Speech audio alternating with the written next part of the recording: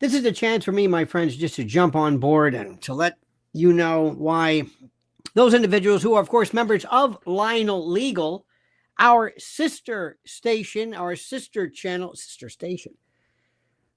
I wanted to send to everybody I can from the heights of the mountains to say that what happened yesterday, albeit somewhat of a limited hangout, was so important and so critical regarding people for the first time understanding full well how incredibly vile the conspiratorial levels of this country are. A lot of people never really knew. They, honest to God, did not understand how bad things were. So while you and I might say, well, we didn't really learn all that much. No, to some folks, this is the first time anybody even heard of this. They never even heard of this. It's the beginning, Tony Polizzi, of a new era. OA says, tell us.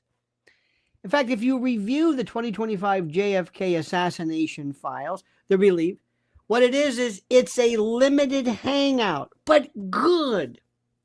It's this idea, it's this, people think that this is somehow this incredibly important, razzle-dazzle, fascinating news. Yeah. It's not that great, but it's something. It's something. I think that's important. See, limited hangout is one of those things which is part and parcel. It's parlance, dare I say, of providing just enough information for you to think that you are made aware of something. But what it does is it reinforces a conspiracy. Yesterday, March the 18th, this is critical. In the U.S., the government released approximately 80,000 pages or so of previously classified documents, which is great, related to the JFK assassination.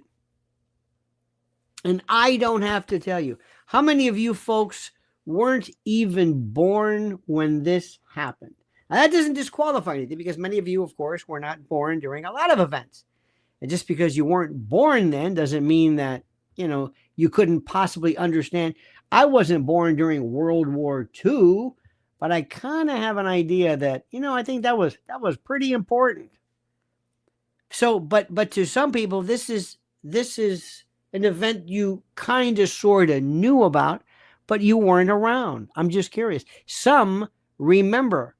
I was 5 years old, and I shan't forget my mother. I knew something was up. This was weird. Here's my mother crying. We were watching As the World Turns, and when I see that scene where they broke into it, when it was Nancy Hughes and Grandpa, and I don't know why I was home. I guess I was going to kindergarten, or I was home from kindergarten, whatever it was. I'm watching this. I remember it. And my mother said, oh my gosh, she's crying. I said, what happened? What happened? It's this incredible sense of loss that we all participated in. It was unbelievable. Look at this. Snarky was born 3 weeks later. This is so interesting. But just so that, and you don't need me to tell you why it was important. I think we all kind of know why. But what it was, more important than anything else, it provided something which is even more important. It provided the end of our innocence. And I know that sounds kind of corny, but I swear to God it's true. It's the end of this kind of Ward Cleaver world. It set us up. It was before Vietnam. It was before everything else.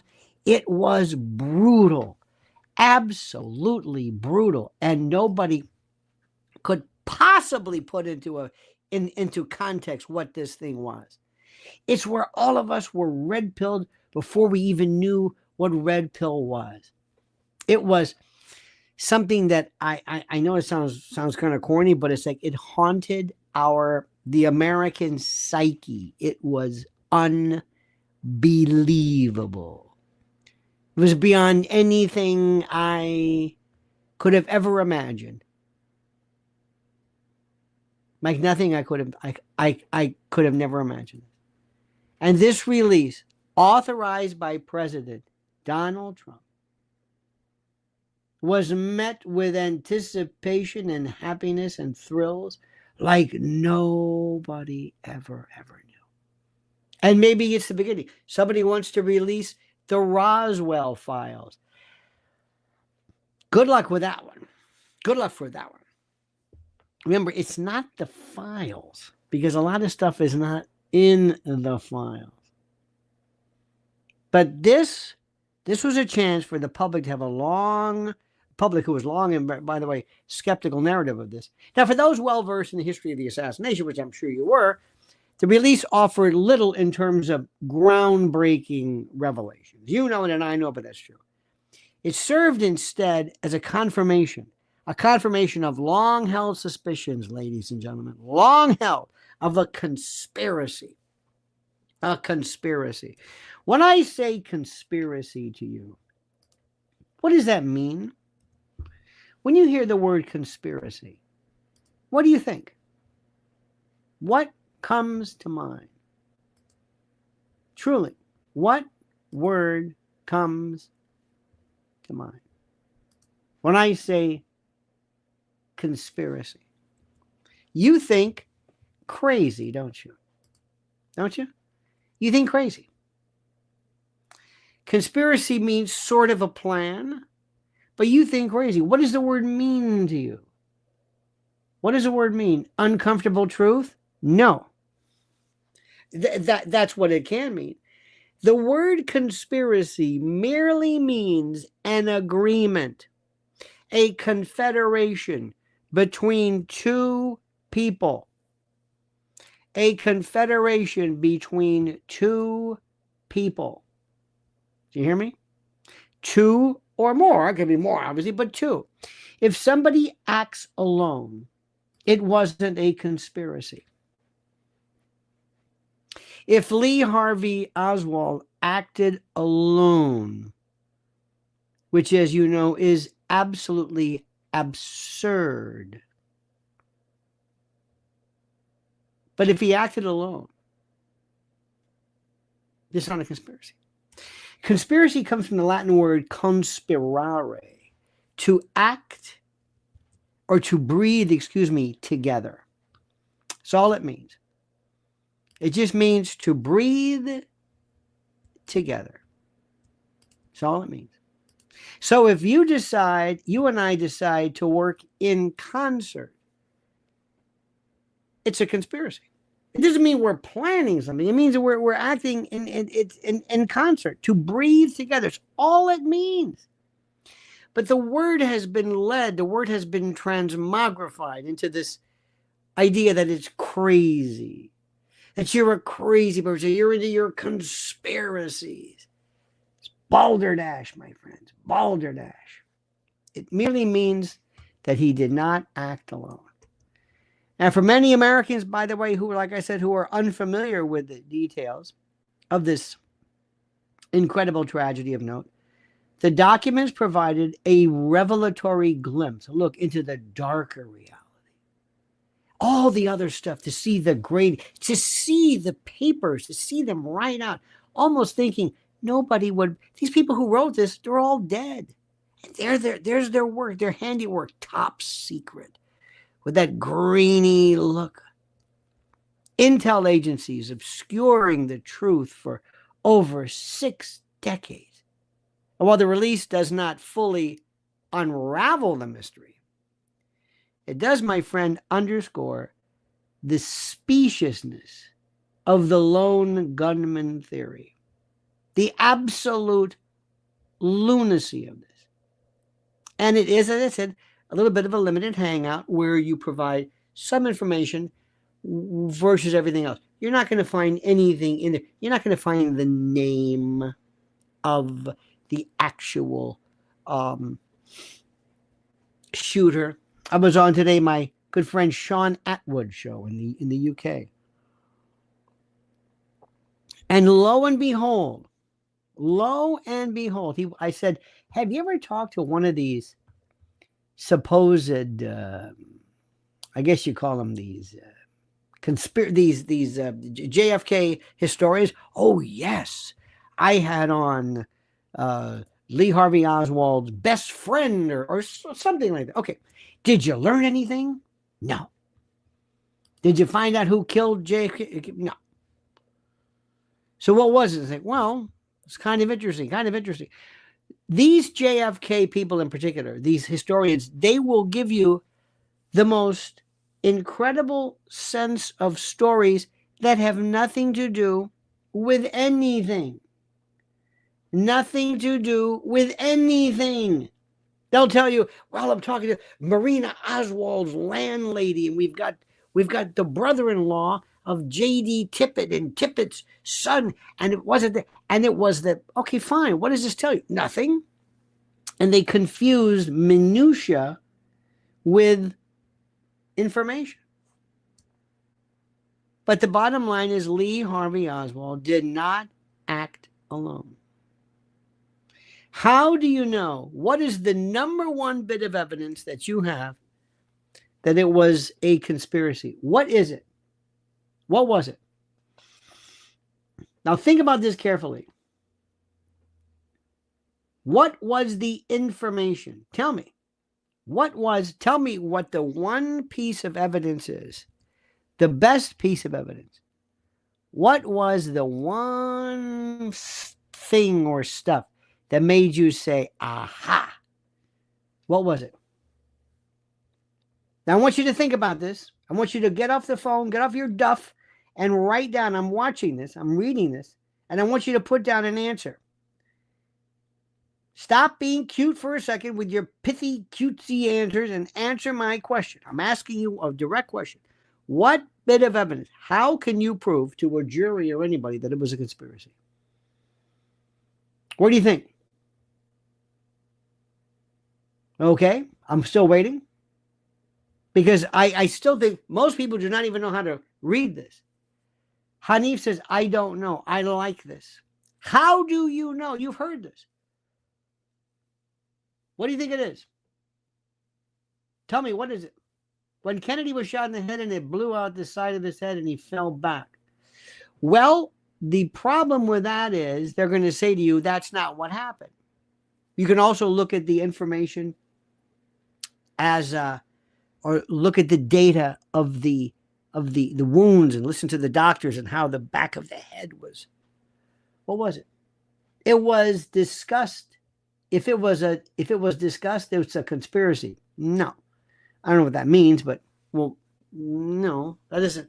You got to go to a court. You got to go to a jury. What is it? What's the point? And you might have something with the doctors. And you have somebody who says, well, they were in the grassy knoll and they heard some stuff. But what was it? Then Oswald gets off. Okay, that's not an excuse. I mean, I think we know it is, but how would you prove it? What does that tell? It doesn't mean anything. We know circumstantially what it means. The number one bit of evidence for you right now to know, very, very specifically, is simply this. Ask about the fact that there was a hole in the windshield in the front that was later removed, and the car was sent to a Detroit factory where the windshield was replaced. Why would you replace a windshield when there's a bullet hole? The bullet hole coming from the front of the car when the assassin was in the back. That is a conspiracy. That's two people, at least. That's it. End of discussion. Why did they do that? Why did they immediately wash? Now, this doesn't prove a conspiracy, but why would you wash the car? Why would you wash the inside of the car? The number one story to me is that. Now, do you think that the shooters themselves, who were the shooters? Answer my question. Do me a favor. If you've never done this before, I want to hear your answers. Get off of your duff and write down, tell me what you think, because there's just a lot of bullshit going around. Nobody says anything. Who were the shooters? Were they Were they soldiers? Were they Americans? Who do you think the shooters were? Who were they? Come on, let's go. Who gave the orders? Okay, that's a very simple thing. They washed Connolly's bullet-ridden clothes. CIA. CIA, CIA, CIA. How do you know it's the CIA? You don't know it's the CIA. Probably was, but you don't know anything. You don't even know is it. You don't even know it's the CIA. You just say this stuff. Now, I'm not giving you a hard time. Probably was, but the CIA doesn't do this. The CIA doesn't have a division. In fact, most people would say, don't even bring up the CIA. I want plausible deniability. Get out of here with this stuff. You know what has to be done. Get it done. Got it. It's not Alan Dulles giving the okay. Where do you think these shooters come from? How is this done? You got to answer the question. And more people talk about this meandering nonsense about stuff and the CIA. Answer it. Imagine we have look at this, J. Edgar Hoover. J. Edgar Hoover? Okay. No. Carlos Marcello? Probably. Germany? I think Carlos Marcello had a big deal to do with it because he hated Bobby Kennedy more than anything else. I love this one. People think for some reason that Connolly was the target, not Kennedy. That is the most ridiculous thing. All this work to get rid of Connolly, and you're going to do that? You're going to get rid of Connolly by having him sit. If you want to get rid of Connolly, this is how you would do it when he's sitting next to Kennedy and you miss 1, 2, 3 times he is hit or whatever it was. What? No. Why would you do that? It doesn't make any sense. You could have waxed him a million times by himself at his home, at his ranch. Whatever. You're going to wait till he's in front of all these people and miss and get the president? What if you'd hit Jackie? People say this stuff, and you got to ask yourself, does that even make any sense? Just because you come up with a plausible, or not a plausible, just because you come up with a reason, doesn't mean it's at all plausible. No. When these things are done, they don't sit down and tell people, now listen, here's what you do. What am I trying to say? You don't sit back and say, well, let's figure this thing out and let's do all this. Let me see if I can explain this very, very, very carefully to you. Very carefully and very closely. Most probably, this was tried, I believe, in Tampa they were going to do it. I think in Miami. This was multiple times. There were different teams. There were different teams who might have been available. Most probably what happened, what always makes the most sense, is get foreign shooters, from Marseille, Corsica, people that Marcello knew through the French Connection days. Lucien Sarti has been one of my favorites. Why? Because he used frangible bullets, which explodes, which is what happened in the case of Kennedy. He most probably he wore uniforms, he wore disguises, he wore a police officer's uniform. Johnny Matt says, "Where's Kennedy's brain?" Well, it's gone. It wouldn't be anywhere now. It wouldn't fix. It's gone, finished. Where's Einstein's brain? Remember that one? Most probably they came in through Mexico, and then they came up into Texas, went to a safe house, stayed there for, I don't know, a month, 6 weeks, something like that. Kind of getting a lay of the land, going out, checking it out, being professional. That grassy knoll is perfect. With that picket fence, it's perfect. Could it come down this way? Perfect. Get an idea of where it is. Look at wind. Look at this. And if you find somebody like Lucien Sarti, some French dude, nobody knows who he is. Nobody recognizes him. If they find him, he's not even sure what he's doing. Who hired you? I don't know. These are professional assassins. Military grade. They're the best. Because you can say, I don't know who he is. You can't trace him. You don't want to get some 101st Airborne guy. You don't want some military person. It makes no sense whatsoever. You want to get somebody foreign, somebody who comes in. And then after it's done, they're picked up, back to the safe house, wait weeks, and then slip through Mexico back to France. It's done. It is done. And everybody goes crazy with all kinds of things. And then you put together the Warren report, and that's it. And you'll never find out. And anybody whose name you know says, I don't know about it. J. Edgar Hoover, did you do it? I didn't do it. You never want to put somebody in the position where they know about something, where you use their name, or where you put them in a position where they are allowed to be privy to something.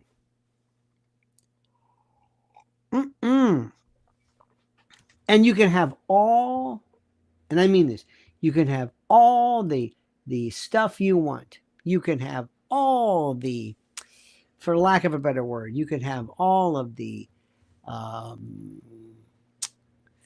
files, and you can have the stuff that you can imagine. I mean, you can have so many things. You can have, I'm looking at myself, you could have boxes and you think anybody's going to be putting in the name of, I'm dead serious. Do you think anybody is going to put the name of the shooter in there? Do you think so? Do you think anybody is, I mean, are you kidding me? Do you think that is ever going to happen? This is one of the stuff which I find to be absolutely fantastic. So while this is good, and while this is interesting, and while all of this kind of sort of makes sense, the bottom line is simply this. We don't know. We can guess. Is it the CIA? Could be, maybe not. It could be a group of people. It could be rogue folks. It could be people. Look at this. I love this. LBJ definitely knew about it and was complicit. How do you know this? How do you know that LBJ knew about this? How do you know that? How do you know that? Well, how do you know that? I'm dead serious. How do you know that? LBJ definitely knew about it. You said that. How do you know that? Well, I mean, I know I love Roger Stone to death. He knew it was coming. LBJ, you want to let you want to. LBJ wasn't sad about it. He hated them. A lot of people hated them. That's it? Sad? How do you know he wasn't sad? He probably wasn't. Mark Lane interviewed 25 witnesses. Grassley Noel, I love that, heard the shots. Well, that's, I think there are many people who certainly would help in terms of that. The problem is, it's just their words. LBJ could not have been trusted with this. Maybe he could be. I don't know. We don't know anything. It's okay to say, I don't know. It's better for him to say, don't tell me. Please give me something called plausible deniability. Please don't tell me. I don't want to know this. I don't want to know this. Don't let me know this. You understand what I'm saying? In fact, a lot of people said, I don't want to go to a meeting. I don't want to be anywhere near this. The killing of the president? Are you kidding me? Get me out of here. Don't even bring this up. Don't even talk about this. All these people, these authors, oh, they knew this, and a lot of people had their insight, their guesswork. They knew it was an inside job. Who did it? 9/11. You want to go through that? Compartmentalization. How we just say things. We just believe. You can pull anything off in front of the people you want. Anything. I like that. Who benefited from it? Republicans benefited from it. Democrats benefited from it. Also, keep in mind at the time, this was post-World War II.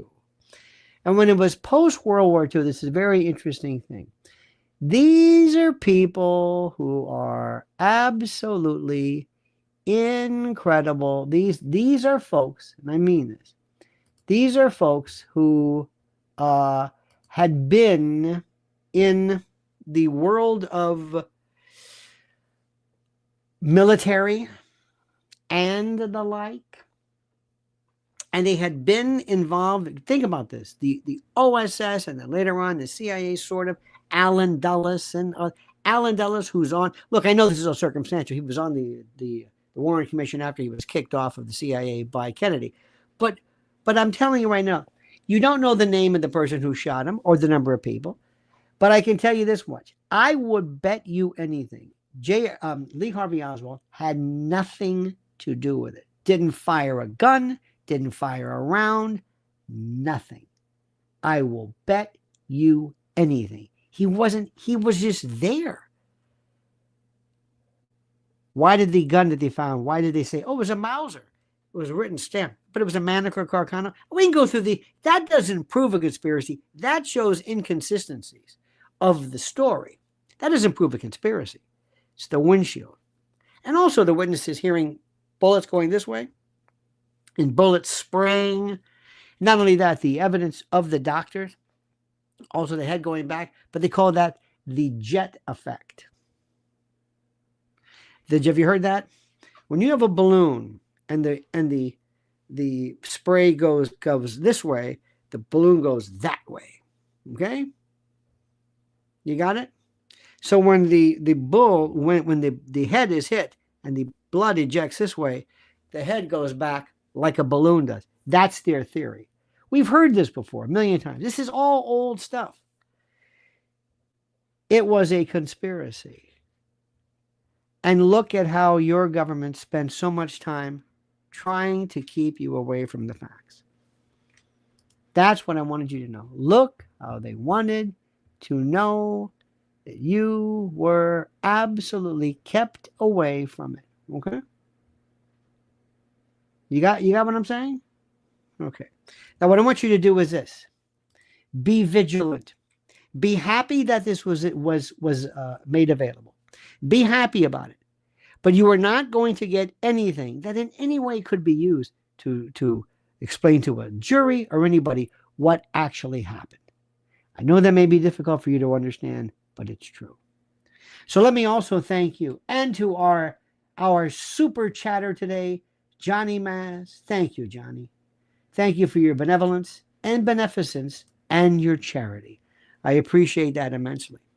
Have a great day, folks. Later on, we're going to jump over to the Lionel Nation show at 7 p.m. But I wanted to see my Lionel legal fans and just say, I'm still here and we're still here. We're still here.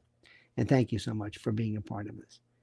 Don't forget, make sure you are signed up. Make sure you are 100% logged in to Lionel Legal right now on YouTube.